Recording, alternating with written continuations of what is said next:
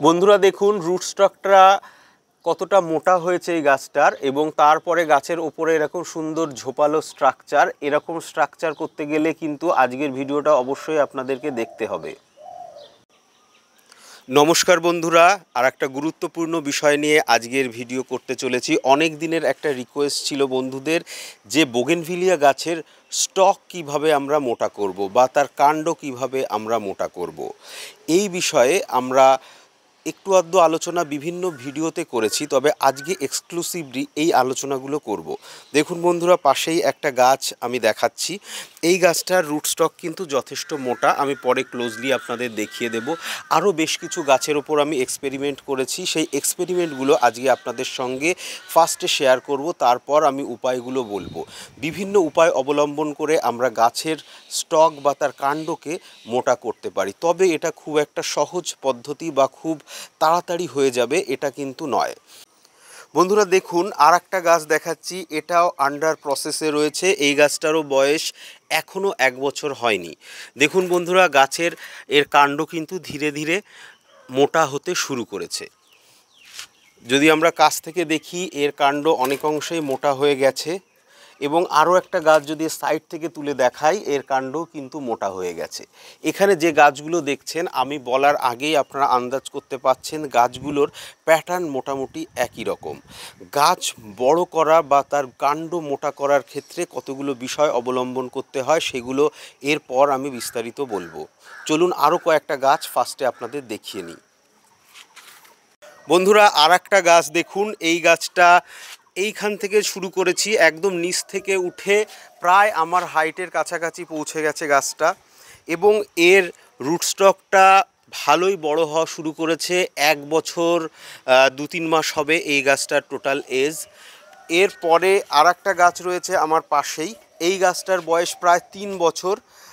গত বছর এটাকে আমি মাল্টিগ্রাফটিং করেছিলাম, তবে এর রুট স্টকটার বয়স কিন্তু 3 বছর।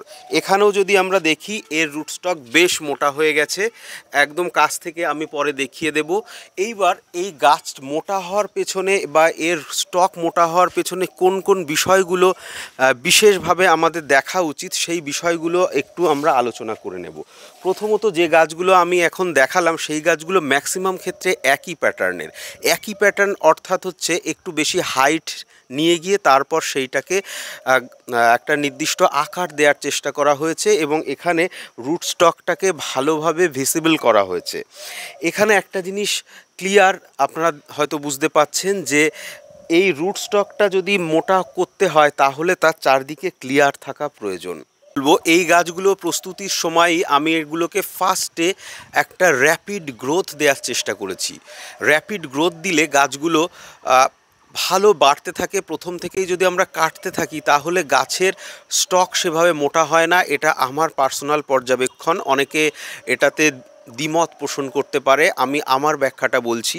যখন এটাকে আমি সঠিকভাবে গ্রোথ হতে দিচ্ছি তখন এই গাছের একটা সার্টেন লেভেলের হাইট অ্যাটেন্ড করবে, এবং তারপর আমি এটাকে কাটাই ছাঁটাই করব। এই যে একটা ডালের বিন্যাস দেখতে পাচ্ছেন যে এখন গাছটাতে প্রচুর ডাল তৈরি হয়েছে, অর্থাৎ এই জায়গায় আমরা চাইলে ঝোপালো করব। এখন এটা হচ্ছে এর ফার্স্ট কাটিং। এর আগে এটাকে খুব একটা আমি কাটিনি, 2-1টা মেন ডাল কেটে দিয়েছিলাম, সেটা ক্লোজলি দেখলে বুঝতে পারবেন। এখন এটাকে আমি প্রুনিং পিঞ্চিং করব, এবং তারপর এই জায়গাটাতে আমি ঝোপালো করতে চাইছি। এইবার আসল বিষয় আসা যাক। এইখানে যে স্টকটা দেখুন, এই গাছের স্টকটা যদি এরকমভাবে দেখা যায় বাইরে থেকে এবং ওপরে ঝোপালো হয়, তাহলে প্রথম কথা আমার দৃষ্টিভঙ্গিতে এই গাছটাকে দেখতে অনেকটা সুন্দর লাগবে। দ্বিতীয়ত, যখন এই গাছগুলোর এই অঞ্চল উন্মুক্ত থাকবে, সেই জায়গায় বায়ু চলাচল করবে, তখন সেই কাণ্ডের সেই সব জায়গা কিন্তু ভালো বাড়বে। এটা আমি দেখেছি, এবং আমি আরও কিছু গাছ দেখাবো যে গাছগুলোর এই জায়গাগুলো ইনভিজিবল বা এই জায়গাগুলো আটকে যাচ্ছে ঝোপে, সেই গাছগুলো কিন্তু ততটা ভালো বাড়ছে না। এইবার আমি আরও কিছু গাছ দেখাই। এই গাছটা তো আপনারা একটু আগেই দেখেছেন, একটু ক্লোজলি যদি দেখি, এই গাছটাও কিন্তু এই অঞ্চল কিন্তু সুন্দরভাবে ভিজিবল। যেহেতু এই গাছটা 3 বছর বয়স, 2 বছর আমি রুট স্টকটাকে, এটা চিত্রার রুট স্টক, এই 2 বছর আমি রুট স্টকটাকে বাড়িয়ে নিয়েছি, এবং তারপর কিন্তু গত বছর এটাকে গ্রাফট করা হয়েছিল। 1 বছর গ্রাফট করা রয়েছে গাছটা। গত বছর এই গাছটা গ্রাফট করা হয়েছিল এরকম সময়ে বা এর একটু পরে। তারপর ধীরে ধীরে কিন্তু গাছটা এখন এরকম সুন্দর হয়ে উঠেছে এবং এর স্টক অনেকটাই মোটা। ছবিতে হয়তো আপনারা সেভাবে বুঝতে পারছেন না।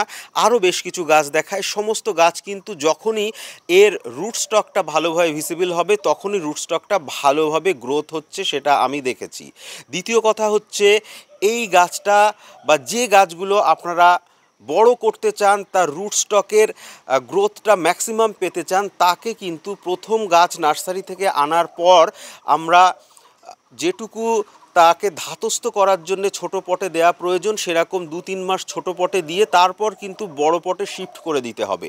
আমি এই গাছগুলোকে প্রথমেই কিন্তু মোটামুটি আমার গাছ ভালো সাইজের ছিল বলে প্রথমেই 10 ইঞ্চি পটে শিফট করে দিয়েছিলাম এবং পরবর্তীতে এটা কিন্তু এখন প্রায় 20-22 ইঞ্চি পটে রয়েছে এই বড় গাছটা। এবং এখানে যেটা দেখছেন এটা 14 ইঞ্চি পটে রয়েছে এবং যে গাছগুলো আমি এখন দেখাবো সব গাছগুলোই কিন্তু 12 ইঞ্চির ওপরে সাইজের পটে কিন্তু রয়েছে। বন্ধুরা এই গাছটা দেখুন, এই গাছটা মাত্র 1 বছর বয়স। এর কাণ্ড দেখুন কতটা সুন্দর মোটা হতে শুরু করেছে। এর কারণ হচ্ছে এই জায়গাটা কিন্তু ফাঁকা এবং প্রথম থেকে এটাকে বড় টবে দেওয়া হয়েছিল এবং বড় টবে দেওয়ার পর কিন্তু গাছটাকে একটু বাড়িয়ে নিয়ে তারপর কাটাই ছাঁটাই করেছি। প্রথম থেকে কিন্তু অতটা কাটা হয়নি। বন্ধুরা আর একটা গাছ দেখায়। এটা আমার প্রায় 4-5 বছরের পুরনো ক্রিস্টিনা গাছ। এর রুট স্টকটা দেখুন অনেকটাই মোটা হয়ে গেছে এবং এটা হচ্ছে একটা কমপ্লিট শেপ এবার এটাতে আসবে। এখানে দেখুন আমি এটাকে সম্পূর্ণভাবে হার্ড প্রুনিং করে দিয়েছিলাম এবং হার্ড প্রুনিং করে গাছটাকে শেডে রেখেছি, কারণ বর্ষা শুরু হয়ে গেছিলো। কারণ বর্ষার মধ্যে যদি এটার নিউ গ্রোথ থাকতো তাহলে পাতা কিন্তু পুড়ে যেত, রেইন বার্ন হতো। বন্ধুরা দেখুন এই অঞ্চলে এটাতে ঝোপ তৈরি হবে ইন ফিউচার। এখন যদি এটার হাইট আরেকটু বড় রাখা যেত তাহলে বা আরেকটু হাইট বেশি রাখা যেত তাহলে যখন গাছটা ফুললি কমপ্লিট হতো তখন গাছটাকে দেখতে আরও বেশি ভালো লাগতো। তার কারণ এটা যখন আরও ডাল বিন্যস্ত হবে, ধরুন এরকম জায়গায় এসে পড়বে, তখন এর নিচে এই গ্যাপটা মাত্র কয়েক ইঞ্চি থাকবে। সেজন্যে আমি সবসময় প্রেফার করি গাছটাকে একটু ফার্স্টে হাইট দিয়ে নিন, তারপরে গাছটাকে ঝোপালো তৈরি করুন। এই গাছটা দেখুন প্রায় এর শেপ কমপ্লিট হতে শুরু করেছে। এটা আমার ওয়াটারমেলন কিসের গাছ। এই গাছটার বয়স 2 বছর। এর ট্রাঙ্ক দেখুন ধীরে ধীরে মোটা হতে শুরু করেছে এবং এখানে একটা নির্দিষ্ট পরিমাণ হাইট থাকার কারণে এখন এই গাছটাকে দেখতে অনেকটাই ভালো লাগছে। এর আগে কিন্তু গাছটাকে মোটেও ভালো লাগতো না, গাছটা জাস্ট ঝোপালো ছিল। এইবার আমি আপনাদেরকে দেখাবো যে গাছ প্রথম থেকে আমরা ঝোপালো করছি তার কন্ডিশন কি। আপনারা দেখেছেন আমার ব্রিজা পিচ গাছ প্রচুর ফুল ফুটেছিল এবং বিরাট ঝোপ আলা গাছ, সেরকম 2টো গাছ আমার কাছে রয়েছে, যার একটা গাছ আমি এখনই দেখাবো। বন্ধুরা এই গাছটা দেখুন, এটা ব্রিজা পিচের গাছ। এটা গত বছর আপনারা দেখেছেন এই ব্রিজা পিচটার প্রচুর ফুল হয়েছিল, প্রায় 3 বছরের পুরনো গাছ। এই গাছ সম্পূর্ণভাবে ঝোপালো ছিল এবং পুরো টব আবৃত করেছিল। এখানে আমরা রুট স্টক দেখতেই পারতাম না, এটাকে রিসেন্টলি আমি প্রুনিং করে দেয়ায় এইটুকু উন্মুক্ত হয়েছে। এখানে দেখুন 3 বছরের গাছেও কিন্তু এর রুট স্টক সেরকমভাবে বাড়েনি। যদি এটাকে আরেকটু হাইট দেওয়া হতো তাহলে কিন্তু এটা অনেকটাই বাড়তো আশা করা যায়, কারণ এই টাইপের যতগুলো গাছ আছে আমি এখন আপনাদেরকে দেখাবো একটারও কিন্তু রুট স্টক সেইভাবে মোটা হয়নি এবং এই গাছগুলো কিন্তু অপেক্ষাকৃত দুর্বল থাকবে ইন ফিউচারও। এগুলোকে স্পেশাল কেয়ার দিতে হবে, তা নাহলে কিন্তু এটাকে ডাইব্যাক চলে আসার সম্ভাবনা প্রবল। এই গাছটার রুট স্টক কিন্তু একদমই ভিজিবল নয়, এক্ষেত্রেও কিন্তু এর রুট স্টক সেভাবে বাড়েনি, খুব সরু আছে। গাছ যতই ঝোপালো হোক না কেন এর রুট স্টকটা বাড়ানোর জন্য কিন্তু এর রুট স্টকের জায়গাটা কিন্তু সবসময় এয়ারি দরকার। আরও কয়েকটা গাছ আমি নিচ থেকে তুলে দেখাবো। দেখুন আর একটা গাছ কতটা সুন্দর, এতটা ঝোপ হয়ে গেছে কিন্তু এর রুট স্টক কিন্তু সেভাবে মোটা হচ্ছে না। এর পেছনে কারণ হচ্ছে রুট স্টকটাকে চারিদিকে আবৃত করে রাখা। বন্ধুরা এই গাছটাও দেখুন, এটাও আন্ডার প্রসেসে চলছে। এখানে দেখুন এটাকে একটা বেশ হাইট দিয়ে টাওয়ার শেপ করার চেষ্টা করা হয়েছে এবং ধীরে ধীরে এটাকে বড় করার প্রচেষ্টা রয়েছে। যেহেতু এটা মাটিতে নেই, টবে রয়েছে, সেহেতু একটু সময় লাগবে।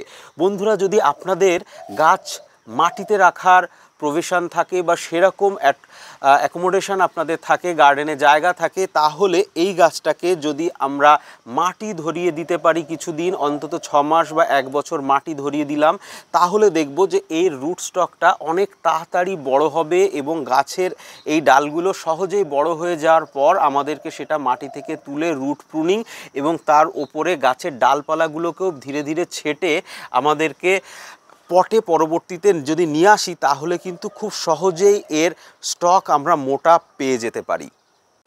বন্ধুরা, এই গাছটা দেখুন, এটা ব্রিজা রেড। এই গাছের প্রবণতায় খুব সহজে ঝোপালো হয়ে যাওয়া, সেই জন্য এই গাছের রুট স্টক যদি বড় করতে চাই তাহলে কিন্তু অবশ্যই হাইট আর একটু বেশি দিতে হবে। দেখুন, এখানে আমার একটা ভুল হয়েছে, সেটা আমি আপনাদেরকে দেখাচ্ছি। এখানে হাইটটা সেইভাবে দেয়া হয়নি, তার আগেই গাছ ঝোপালো হয়ে গেছে। এখানে দেখুন রুট স্টক আমরা যদি তলার দিকে দেখাই সেভাবে বাড়েনি, তবে যেহেতু বড় পটে দেয়া রয়েছে 12 ইঞ্চি পটে, সেহেতু বাড়তে শুরু করেছে। দেখুন এই যে ফাটলগুলো, এই ফাটলগুলো দেখলে বোঝা যাচ্ছে যে এটা র্যাপিডলি বাড়বে এখন থেকে। কিন্তু যেহেতু ব্রিজা রেড গাছে প্রচুর ফুল হয়, সেহেতু এর ফুলের পেছনে কিন্তু প্রচুর এনার্জি নষ্ট হয়ে যায় বা খরচ হয়ে যায়, সেজন্য এই গাছের রুট স্টকটা বাড়তে একটু সমস্যা হয়। বন্ধুরা, বোগেনভিলিয়া কর্ডেক্স ফ্যাটেনিং করার ব্যাপারে আরও বেশ কিছু বিষয় রয়েছে, যেগুলো পরবর্তী এপিসোডে আমি আবার বিস্তারিত আপনাদেরকে জানাবো এবং আরও বেশ কিছু উপায় এবং তার পেছনে কারণগুলো ব্যাখ্যা করব। আজকে ভিডিওটা অলরেডি প্রায় 11 মিনিটের মতন বড় হয়ে গেছে, সেজন্য আজকের ভিডিওটা এখানেই শেষ করতে বাধ্য হচ্ছি। দেখা হবে আবার আরেকটা এপিসোডে, যাতে করে এই সিজনেই আপনারা আরও ফ্যাটেনিং করে নিতে পারেন আপনাদের সেই ছোট্ট বোগেনভিলিয়া গাছগুলোকে। নমস্কার।